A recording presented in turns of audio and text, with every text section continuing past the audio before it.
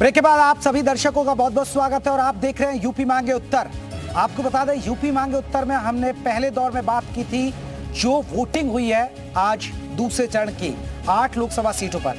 अब दूसरे पड़ाव में हम बात करने जा रहे हैं मुख्तार अंसारी की। जी हाँ, मुख्तार अंसारी को शहीद कहा जा रहा है, इस पर हम बात करेंगे आज। आपको बता दें कि मुख्तार अंसारी का अंत हो गया, जिसे डॉन माफिया कहा जाता था। उस पर 70 से ज्यादा हत्या, रंगदारी, लूट, बहुत सारे मामले दर्ज थे, अपहरण समेत। लेकिन हैरानी की बात है कि उस पर अभी भी मौत पर सियासत हो रही है। ये बात सामने आई थी कि विसरा रिपोर्ट, पोस्टमार्टम रिपोर्ट में ये बात सामने आई थी कि उसकी हार्ट अटैक से मौत हुई है। लेकिन विपक्ष लगातार ये कहा जा रहा है कि जहर देकर मुख्तार अंसारी को मारा गया। लेकिन अब सबसे बड़ी बात है कि ओवैसी साहब भी कूद गए, जो लगातार भड़काऊ बयान देते हैं। ओवैसी कह रहे हैं कि उसे जहर देकर नहीं मारा गया मुख्तार अंसारी को, और वो ये नहीं कह रहे हैं कि मुख्तार अंसारी की मौत हुई है, वो कह रहे हैं कि वो शहीद हुए हैं। आप सोचिए एक ध्रुवीकरण की कैसे राजनीति हो रही है। मुख्तार अंसारी की मौत पर, एक डॉन की मौत पर, एक माफिया की मौत पर। पहले आप रिपोर्ट देखिएगा, फिर हम और कुछ अहम बिंदु आपको दिखाएंगे और फिर अपने मेहमानों से इस पर हम चर्चा करेंगे। जब सरकार खुद ही इन्वॉल्व है तो सरकार की इन एजेंसियों को थर थर कांप रहा था। डॉक्टर जब मैं गया था, जुडिशियल कस्टडी में उनकी मौत हुई है और यहाँ की प्रदेश सरकार उसकी जिम्मेदार है।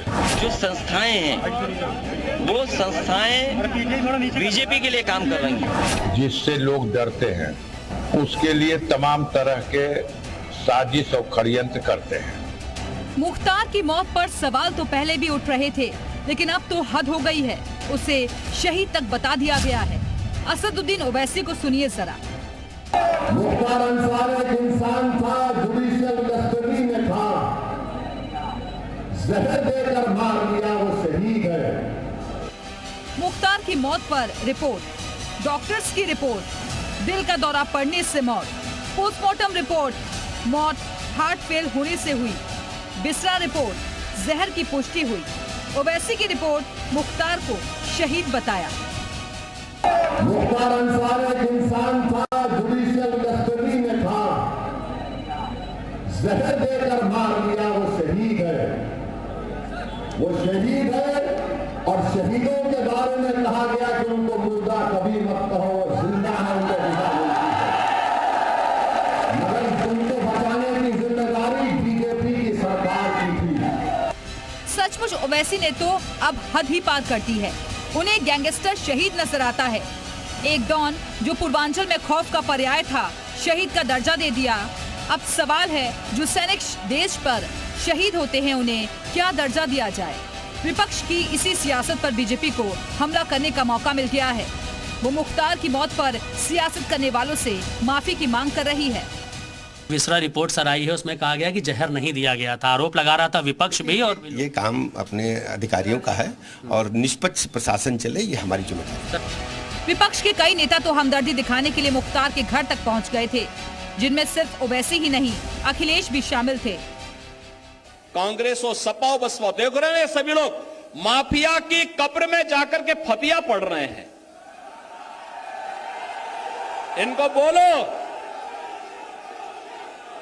इनको बोल दीजिए ये चुनाव से अच्छा वक्त नहीं। इनको बोलो कि जाओ, वोट तो कमल निशान को जाएगा। तुम लोगों को 5 साल की छुट्टी दे रहे हैं, फतिया पढ़ो खूब। मुख्तार अंसारी की मौत पर सियासत क्यों हो रही है, जनता भी इसे बखूबी जानती है। देखना है इस सियासत से फायदा किसे होता है और नुकसान किसे। ब्यूरो रिपोर्ट, जी मीडिया। तो चलिए अब इस पर हम महत्वपूर्ण सवाल उठाते हैं। जो हमारे महत्वपूर्ण सवाल हैं, बहुत सारे बिंदु बताएंगे। मुख्तार अंसारी के साथ हमदर्दी क्यों? जी हाँ, हमदर्दी क्यों हो रही है? आप सोचिए, डॉन है, माफिया है, उसका अंत हो गया, लेकिन हमदर्दी है क्योंकि वोट चाहिए। दूसरा हमारा महत्वपूर्ण सवाल है, डॉन की मौत कब से शहादत हो गई? जो माफिया था, जिसका खौफ था, जो आतंक था, उसकी मौत हो गई, उस पर भी उसको शहादत हो गई। ये कहा जा रहा है, ये कैसी बात हो रही है? तीसरा हमारा महत्वपूर्ण सवाल है, वोटों के लिए क्या नेता कुछ भी करेंगे? वोट बैंक के लिए कुछ भी करेंगे नेता? ओवैसी कुछ अलग कह रहे हैं। समाजवादी पार्टी के लोग तो आपने देखा होगा कि उन्हें श्रद्धांजलि देने भी पहुंच गए। मुख्तार की मौत जहरीली राजनीति तो नहीं हो रही है, ये जहरीली राजनीति की तरफ इशारा कर रहा है। हालांकि बीजेपी पर यह आरोप लगता है कि ध्रुवीकरण की राजनीति करते हैं, लेकिन ये सपा और क्या ओवैसी की पार्टी AIMIM क्या कर रही है? जहरीली राजनीति की तरफ इशारा नहीं कर रही है। विसरा और पोस्टमार्टम रिपोर्ट क्या ओवैसी के लिए कुछ ना मायने नहीं रखती, जो कह रही है कि जहर से मौत नहीं हुई, उनकी अटैक से मौत हुई है, लेकिन उसके रिपोर्ट भी कोई मायने नहीं रखती है। अब हमारा एक महत्वपूर्ण सवाल, मुख्तार की मौत पर सियासत क्यों हो रही है, उसको भी समझेगा कि मुख्तार अंसारी की मौत पर सियासत क्यों हो रही है, क्योंकि वो एक राजनेता रहा है, वो विधायक रहा है, और ऐसी स्थिति में जब पार्टी से जुड़ा रहा है तो फिर उसकी मौत पर सियासत तो होगी, क्योंकि वोटों का ध्रुवीकरण एक महत्वपूर्ण बिंदु है। सहानुभूति लहर, जी हाँ, सहानुभूति लहर होगी मुख्तार अंसारी की, मुस्लिम वोट एक साथ आ जाएगा, तुष्टीकरण की राजनीति, इससे अच्छा और प्लेटफॉर्म हो ही नहीं सकता। रुतबे को भुनाना, मुख्तार अंसारी डॉन माफिया था, उसका एक रुतबा था, उसको भुनाना चाहती है विपक्ष, और सियासी लाभ भी लेना चाहती है। जी हाँ, सियासी लाभ भी लेना चाहता है विपक्ष। अब बात करते हैं पूर्वांचल में मुख्तार फैक्टर को, आपको समझाते हैं, वो फैक्टर भी आपको समझना बेहद जरूरी है। दरअसल गाजीपुर लोकसभा सीट के अंदर मुख्तार का काफी प्रभाव रहा है। अब मऊ, आजमगढ़, गाजीपुर, ये वो इलाका है। 5 विधानसभा से 4 पर सपा का कब्जा है, 4 सीटों पर समाजवादी पार्टी का कब्जा है। मुख्तार का बेटा अब्बास मऊ से सदर है, मऊ जो विधानसभा पड़ती है वहां से विधायक है, अब्बास अंसारी की बात करें। और इसके अलावा मोहम्मदाबाद सीट पर भी सपा का कब्जा है, और मुख्तार अंसारी का भतीजा सोहेब अंसारी भी MLA है। तो यानी 4 सीटों पर कब्जा, 1 सीट बचती है। तो ऐसे में गाजीपुर को कहीं ना कहीं जीतना, लोकसभा सीट को जीतना एक राजनीति का केंद्र बन गया है, क्योंकि वहां पर इसीलिए ये सब सियासत है। चलिए हमारे साथ आपको बता दें 3 खास मेहमान जुड़ गए, और भी मेहमान जुड़ेंगे तो चर्चा में शामिल करेंगे। हमारे साथ मनोज उपाध्याय, प्रवक्ता हैं बीजेपी के। मनोज जी बहुत बहुत स्वागत है। भुवन जोशी जी लगातार जुड़े हुए हैं, प्रवक्ता हैं समाजवादी पार्टी के। जोशी साहब आपका बहुत बहुत स्वागत है। और हमारे साथ सूर्य कुमार शुक्ला, पूर्व DGP जुड़ेंगे, जैसे जुड़ेंगे चर्चा करेंगे उनसे। बॉली लॉरेंस राजनीतिक विश्लेषक है। बॉली साहब आपका बहुत बहुत स्वागत है एक बार फिर से। जोशी साहब सबसे पहले चर्चा की शुरुआत आपसे कर लेता हूँ। सर, मुख्तार अंसारी से आपका प्रेम किसी से छिपा नहीं है समाजवादी पार्टी का। अखिलेश यादव भी घर गए, पूरा यादव फैमिली जा रही है, आप देखिए उसको चुनावी मुद्दा भी बना रही है बीजेपी। लेकिन सर, क्या आप भी कहते हैं कि अंसारी शहीद हुआ?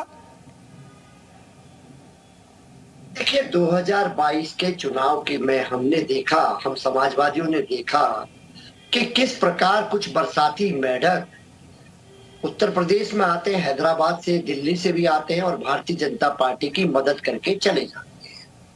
और चुनाव के जब परिणाम आ जाते हैं तो फिर वो गुफा में, हैदराबाद की गुफा में और दिल्ली की गुफा में चले जाते हैं। ऐसे नेता बरसाती निश्चित तौर पे इस समय आ रहे हैं। और रही बात कौन किसको शहीद का दर्जा दे रहा है, ये समाजवादियों का विषय नहीं है। जिस लड़ाई को हम लोग लड़ने का काम कर रहे हैं वो लड़ाई है जो प्रदेश सरकार कस्टोडियल डेथ में। अरे सर, वो बीजेपी को कैसे फायदा दे रहे हैं? मैं आ रहा हूं उस विषय पर। मेरा सर, आप भी तो सहानुभूति रख रहे हैं ना जोशी जी। समाजवादी पार्टी भी तो उनके साथ खड़ी है ना, मुख्तार अंसारी फैमिली के, और वो भी उनके साथ खड़े हैं। सर पंडित जी, आपने जो प्रश्न करा मैं उसका जवाब दे रहा हूँ। शहीद पर हमारी क्या राय है, पहले तो उसको सुन लीजिए, थोड़ा सा धैर्य दे दीजिए। मैं भी बहुत धैर्यवान आदमी।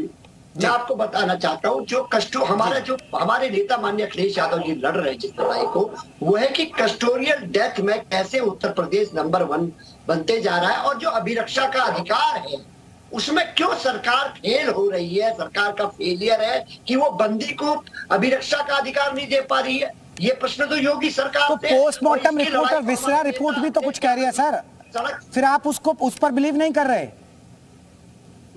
मैं उसी बात को कह रहा हूं। मैं सड़क से पोस्टमार्टम रिपोर्ट और विसरा रिपोर्ट, हम समाजवादी सर मुझे अगर टोकेंगे तो मैं अपनी बात ही एक मिनट की बात है। सड़क से लेकर सदन तक उस लड़ाई को जो बंदी अभिरक्षा का अधिकार है उसको सरकार नहीं दे पा रही है, उसको इशू को हमारे नेता उठा रहे हैं। और हमारे नेता उठा रहे हैं जो कस्टोडियल डेथ में उत्तर प्रदेश नंबर 1 बन रहा है। सरकार के इस दोनों मुद्दों पर हम लोग लड़ाई लड़ने का काम कर रहे हैं। अब कौन किसको क्या सर्टिफिकेट दे जाए, ये सर्टिफिकेट की दुकान तो माननीय अखिलेश यादव जी चलाते नहीं है।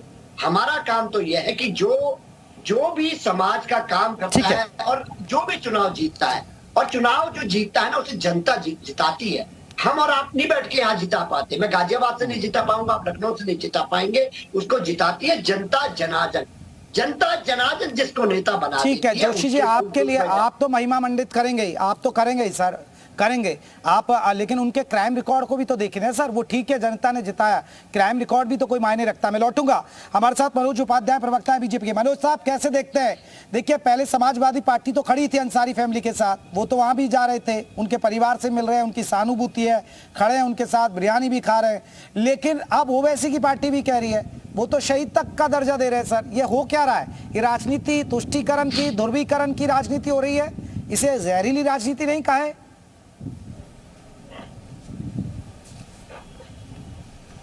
देखिए जेपी जी, रह गई बात, अभी तक भारतीय जनता पार्टी के ऊपर आरोप लगते थे कि किस प्रकार से भारतीय जनता पार्टी सांप्रदायिक राजनीति करती है, तो कहीं ना कहीं आज ये देखने को मिल रहा है कि जिस प्रकार से चाहे समाजवादी पार्टी हो, चाहे ओवैसी साहब हो, चाहे कांग्रेस पार्टी हो, ये एक सिक्के के दो पहलू हैं। वो एक सिक्के के दो पहलू, कोई आतंकवादियों का मुकदमा वापस लेने की बात कर, कोई आतंकवादियों को वर्षिप होता है, और कोई अब इनको ये नहीं पता है, ओवैसी साहब तो भैया रजिस्टर कहने की डिग्री है, पता नहीं फर्जी डिग्री है क्या है। लेकिन मैं इतना जानना चाहता हूं कि जिस प्रकार से क्या अपराधी की कोई जांच नहीं होती है, अपराधी और शहीद में इनको अंतर नहीं पता होता है, जिस प्रकार से अखिलेश यादव को एक आतंकवादी और आम अपराधियों में अंतर नहीं एहसास होता, मुकदमा वापस की बात करते हैं, तो इन लोगों की जो ज्ञान है ना वो बहुत ही कम है। ये जनता को गुमराह करते आए हैं, लेकिन ये भूल रहे हैं कि उत्तर प्रदेश की जनता अब उतनी जो है, चाहे वो मुस्लिम समुदाय का हो, चाहे वो हिंदू समुदाय का, कोई भी जनता हो, हम जातियों में नहीं बांट रहे इनको। हम उनको एक विकास के रास्ते पर जिस प्रकार से माननीय प्रधानमंत्री जी के नेतृत्व में और यशस्वी मुख्यमंत्री योगी आदित्यनाथ जी के नेतृत्व में उत्तर प्रदेश विकास के परचम में लहरा है, जिस प्रकार से इन अपराधियों को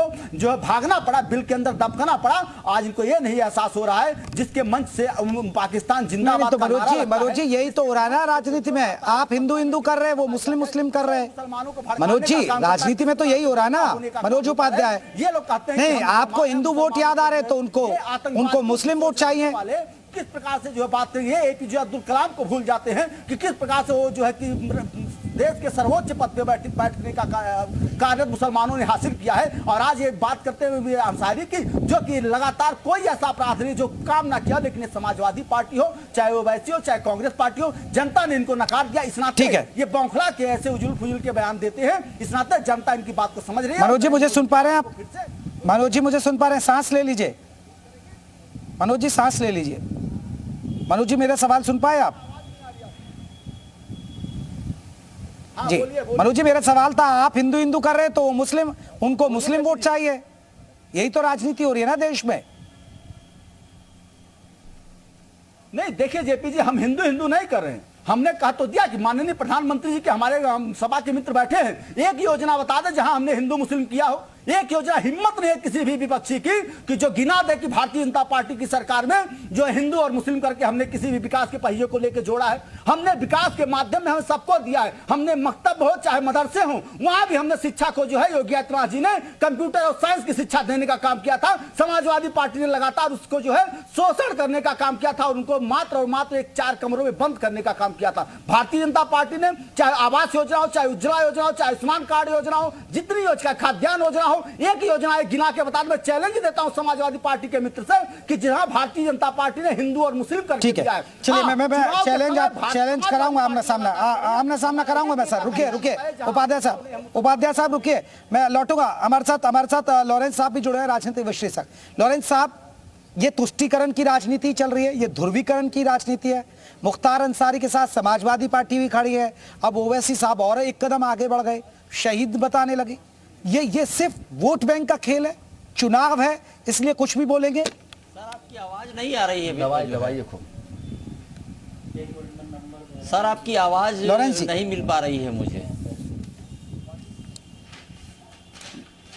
लॉरेंस जी आपको आवाज नहीं मिल पा रही मेरी?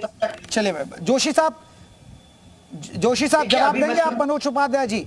वो कहते हैं कि हम कहाँ हिंदू कर रहे हैं, हम सबका साथ सबका विकास की बात कर रहे हैं। बताइए हमने किस मुस्लिम को योजना नहीं दी? सर मैं बोलूं? सर मैं बोल सकता हूं? देखिए अभी मैं सुन पा रहा था भारतीय जनता पार्टी के विपक्ष को तो हम बोलने देते हैं। सर भारतीय जनता पार्टी के प्रवक्ता साथी को सुन पा रहा था, वो आतंकवादियों की बात कर रहे थे। मैं पूछना चाहता हूँ, यही तो पार्टी है जो रेड कारपेट पे कंधार में आतंकवादियों को छोड़ने का काम करी और ये कह रहे थे हमने सबका विकास करने का काम करा। बिल्कुल सही कह रहे हैं भारतीय जनता पार्टी के आदरणीय मोदी जी के नेतृत्व में एक ऐसी योजना आई भ्रष्टाचार की जिसमें उन्होंने हिंदुओं को भी मौका दिया, मुसलमानों को भी मौका दिया और सबको गंगा जल से धो के अपने साथ शामिल करा। अजीत पवार साहब, छगन मुशर्रफ और जो मुस्लिम थे हसन मुशर्रफ साहब, उनको भी लिया, अशोक चौहान को भी लिया। हाँ, भ्रष्टाचार की योजना में शामिल करने में ना इन्होंने हिंदू देखा ना मुसलमान देखा, सभी को एक साथ विकास करने का काम आदरणीय मोदी जी ने करा। ये देश जानता है और गंभीर आरोप भ्रष्टाचार के मोदी जी लगाते हैं और उनको नमामि गंगे के तहत अपने यहाँ शामिल कराकर भ्रष्टाचार की एक नई लकीर देश को खींचने का काम करते हैं और करेंगे भी क्यों नहीं। इनका तो बनता है, क्योंकि यही तो पार्टी है भ्रष्टाचारी, यही तो पार्टी है जो भ्रष्टाचार की जननी है, जिनका राष्ट्राध्यक्ष बंगारू लक्ष्मण। ठीक है मनोज जी जल्दी से एक रिएक्शन दीजिएगा, फिर मैं राजनीतिक विश्लेषक को जोड़ूंगा चर्चा में। ठीक है मनोज जी जल्दी से इस पर एक रिएक्शन। देखिए जेपी जी, समाजवादी पार्टी की बौखलाहट है। आज भ्रष्टाचार की बात वो करते हैं जो लगातार जिसके हाथ में चच्चा दद्दा से लेके सब के सब जो भ्रष्टाचार में लिप्त हैं पूरी तरह से। चाचा से लेकर मुलायम सिंह यादव जी साइकिल से चलने वाले व्यक्ति को आज करोड़पति, अरबपति, लखपति बन गए। आज इनके घर में कोई ऐसा जो अरबपति ना हो, ये भ्रष्टाचार की बात करते हैं। इनके नेता गायत्री प्रजापति लगातार जो है रेपिस्ट और खनन माफिया आजम खान जैसे लोगों की बात यह करते हैं जिनके दम पे आज मुख्तार अंसारी की इनको जरूरत थी, आज जो दंगाई के काम करते रहे हैं। लगातार ये बात करते हैं जो खून की नदियां बहाते थे, जो सनातनियों को पलायन करते थे, बहन बेटियों के साथ खिलवाड़ करने का। ठीक है बॉबी लॉरेंस, इनको सर नहीं आती इस बात को करने के। बॉबी लॉरेंस ठीक है लॉरेंस जी ठीक है, आरोप प्रत्यारोप लगते रहे। लॉरेंस जी एक रिएक्शन मुख्तार अंसारी पर आपका सर, ये सिर्फ वोट बैंक के लिए जहरीली जुबान का इस्तेमाल हो रहा है, शहीद का दर्जा दिया जा रहा है एक माफिया एक डॉन को। लॉरेंस जी ठीक है, उपाध्याय जी रुक जाइए, अब मनोज उपाध्याय जी रुक जाइए। लॉरेंस जी 6394 71 जी 00। लॉरेंस जी आप मुझे सुन पा रहे हैं? लॉरेंस जी आपको मेरी आवाज मिल पा रही है? चले लॉरेंस जी तक मेरी आवाज नहीं पहुंच पा रही है। जोशी साहब एक महत्वपूर्ण सवाल है। ठीक है, अगर हम एक तरफ, क्योंकि अभी AIM के कोई नेता नहीं है, उनसे मैं सीधा सवाल करता, लेकिन आप भी तो मुख्तार के साथ खड़े हैं ना, आप भी तो अंसारी के साथ खड़े हैं ना, आपकी तो पूरी पार्टी, आपके मुखिया सब उनके साथ है, उनके प्रति संवेदना है। क्राइम रिकॉर्ड पर, उनके क्राइम आकलन पर एक शब्द नहीं बोलते हैं आप लोग। क्यों नहीं? आपको 65 से भी ज्यादा जो मुकदमे दर्ज है, जिस जेल में वो थे, जेल काट रहे थे, सजा याफ्ता है वो लोग, आप सोचिए ना, आप उसके साथ खड़े। देखिए हमारा स्टैंड बिल्कुल साफ है। हम चाहते कोई भी मुजरिम हो, किसी पे मुकदमे हो, सजा मिले, सजा देगी हमारा न्यायालय देगा। दिया ना भारतीय जनता पार्टी को, इन्होंने भ्रष्टाचार करा चंडीगढ़ में, सजा देने का काम करा। हम उसके पक्षधर, हम संविधान को मानने वाले लोग हैं, लोकतंत्र को मानने वाले लोग हैं, लेकिन जब अरे सर कहाँ मान रहे हैं? मानते तो खड़े थोड़े होते हैं आप लोग, आप छोड़िए सर। यही है, आपको भी एक विशेष वर्ग की वोट चाहिए और उनको भी एक विशेष वर्ग की। चलिए बहुत बहुत शुक्रिया मनोज उपाध्याय जी, आपका बहुत बहुत शुक्रिया। जोशी जी आपका बहुत बहुत शुक्रिया। लेकिन ये चुनाव है और भैया चुनाव में तो हर जगह यही होगा, हिंदू भी होगा, मुस्लिम भी होगा, क्योंकि सबको एक एक वर्ग का वोट चाहिए और उसी को लुभाने के लिए ये सियासत हो रही है। अंसारी की मौत को आप सोचिए कि उसे शहादत कब से हो गई, ये एक बड़ा सवाल है। तो यूपी मांगे उत्तर में बस इतना ही। कल फिर मुलाकात होगी आपको एक अगली लोकसभा सीट से, वहां से करेंगे हम यूपी मांगे उत्तर।